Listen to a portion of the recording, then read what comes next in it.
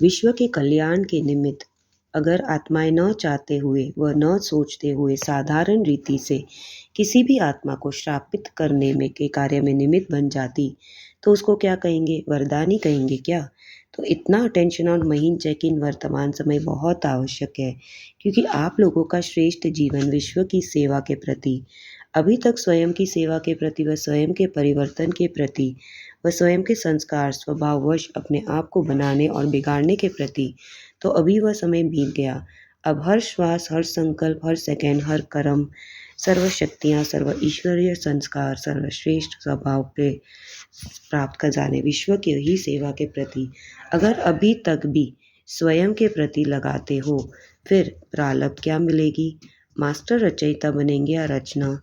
रचना स्वयं के प्रति ही होती, परंतु रचयिता रचना के प्रति होता। जो अभी ही मास्टर रचयिता नहीं बनते, वह भविष्य में भी विश्व के मालिक नहीं बनते। अब संपूर्ण स्थिति की स्टेज व संपूर्ण परिणाम का समय नज़दीक आ रहा। रिजल्ट आउट बाप दादा मुख द्वारा नहीं करेंगे या कोई कागज़ व बोर्ड पर नंबर नहीं लिखेंगे, लेकिन रिजल्ट आउट कैसे होगी? आप स्वयं ही स्वयं को अपनी योग्यता और प्रमाण अपने निश्चित नंबर के योग्य समझेंगे और सिद्ध करेंगे। ऑटोमेटिकली उनके मुख से स्वयं के प्रति फाइनल रिजल्ट के नंबर वह न सोचते हुए उनके मुख से सुनाई देंगे और चलन से दिखाई देंगे। अब तक रॉयल पुरुषार्थी की रॉयल भाषा चलती है, लेकिन थोड़े समय में रॉयल भाषा रियल हो जाएगी। जैसे कल पहले का गायन, रॉयल पुरुषार्थी का कितना भी स्वयं को बनाने का पुरुषार्थ करे, लेकिन सत्यता रूपी दर्पण के आगे रॉयल भी रियल दिखाई देगा। तो आगे चलकर ऐसे सत्य बोल, सत्य वृत्ति, सत्य दृष्टि, सत्य वायुमंडल, सत्य वातावरण और सत्य का संगठन प्रसिद्ध दिखाई देगा, अर्थात ब्राह्मण परिवार एक शीश महल बन जाएगा। ऐसी फाइनल रिजल्ट ऑटोमेटिकली आउट होगी। अभी तो बड़े बड़े दाग भी छिपाने से छिप जाते, क्योंकि अभी शीश महल नहीं बन रहा जो कि चारों ओर के दाग स्पष्ट दिखाई दे आवे। जब किनारा कर लेते तो दाग छिप जाता, अर्थात पाप दर्पण के आगे स्वयं को लाने से किनारा कर छिप जाते। छिपता नहीं, लेकिन किनारा कर और छिपा हुआ समझकर स्वयं को खुश कर लेते। बाप भी बच्चों का कल्याणकारी बन अनजान बन जाते, जैसे जानते ही नहीं। अगर बाप कह दे कि मैं जानता हूँ कि यह दाग इतने समय से व इस रूप में से है, तो सुनाने वाले का क्या स्वरूप होगा? सुनना चाहते भी मुख बंद हो जाए, क्योंकि सुनने की विधि रखी हुई है। जब बाप की जानते हो जो, तो भी सुनते क्यों हो? क्योंकि स्वयं द्वारा किए गए कर्म व संकल्प स्वयं वर्ण करेंगे तो ही महसूसता की सीढ़ी पर पांव रख सकेंगे। महसूस करना व अफसोस करना या माफ़ी लेना बात एक हो जाती। इसलिए सुनने की अर्थात स्वयं को हल्के बनाना या परिवर्तन करने की विधि, इस विधि से पापों की वृद्धि कम हो जाती। इसीलिए अगर शीश महल बनाने के बाद स्वयं को स्पष्ट देखकर स्पष्ट किया तो रिजल्ट क्या होगी?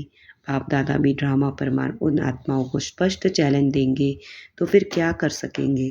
इसलिए यह महसूसता के आधार पर स्पष्ट हो, अर्थात बोध से स्वयं को हल्का करो, तभी डबल लाइट स्वरूप अर्थात फरिश्ता व आत्मिक स्वरूप बन सकेंगे। अच्छा, रहम दिन बाप के रहम पे बच्चे श्रेष्ठ और सदा स्पष्ट दर्पण रूप, दिव्य रूप, ज्ञान रूप, सदा हर्षित मूर्त, सर्व आकर्षण, रूहानी आकर्षण मूर्त, दिव्य गुण, सर्व आत्माओं के कल्याणकारी, कल्याण के आधार मूर्त ऐसी महान आत्मा सर्विसेबल आत्माओं की बाप दादा को त्याग पर।